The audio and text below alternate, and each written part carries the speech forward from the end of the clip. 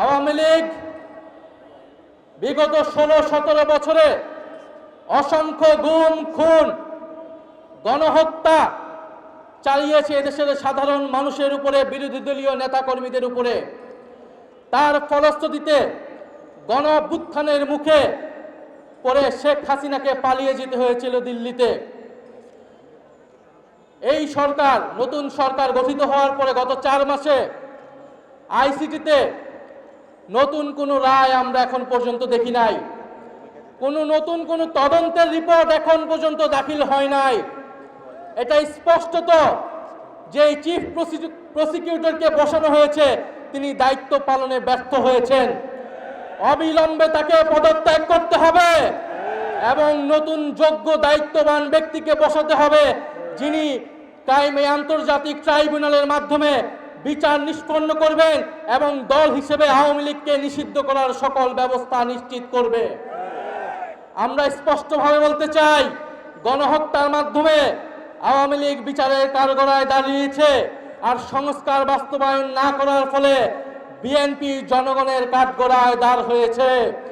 এই দুই শক্তির বিরুদ্ধে আমাদেরকে এখন সমানভাবে লড়াই চালিয়ে যেতে হবে।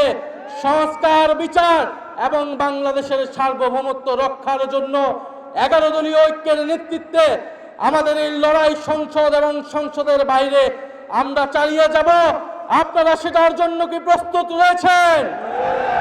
শরীফ ওসমান হাদী হত্যার বিচারকে আমরা নিশ্চিত করব ইনশাআল্লাহ। সেই সকল হত্যাকাণ্ডের বিচার আমরা নিশ্চিত করব। এবং আরেকটি কথা বলে দিতে চাই, আওয়ামী লীগ একটি ফ্যাসিস্ট, গণহত্যাকারী এবং সন্ত্রাসবাদী সংগঠন। আওয়ামী লীগ দেশের স্বাধীনতা, সার্বভৌমত্ব বিরোধী সংগঠন, যার আশ্রয় হয়েছে দিল্লিতে, কারণ আওয়ামী লীগের শেকড় রয়েছে দিল্লিতে। আওয়ামী লীগ একটি ভারতীয় পার্টিতে পরিণত হয়েছে, আগাগোড়ায় এটি একটি ভারতীয় পার্টি ছিল। ফলে আওয়ামী লীগের দেশে আসার, আওয়ামী লীগের রাজনীতি করার সুযোগ বাংলাদেশে 5ই আগস্টেই সমাপ্ত হয়েছে।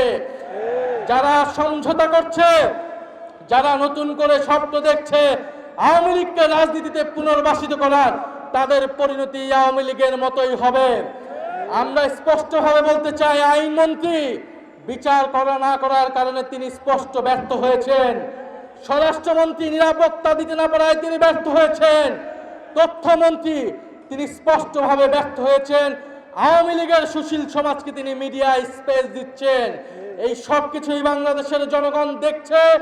আমরা আজকে এই সমাবেশ থেকে বলতে চাই, জুলাই গণহত্যা সহ, শাপলা হত্যাকাণ্ড সহ, পিলখানা হত্যাকাণ্ড সহ সকল গুম খুন এবং শরীফ ওসমান হাদী হত্যাকাণ্ডের বিচার অবিলম্বে নিশ্চিত করতে হবে। বিচার যদি নিশ্চিত না করা হয়, এই সরকার কোনোভাবেই 5 বছরের মেয়াদ সম্পূর্ণ করতে পারবে না। ওসমান হাদীর ভাষায় বলতে চাই, আমরা জান দিব কিন্তু জুলাই দিব না। ইনশাআল্লাহ জুলাইয়ের বিজয় হবে।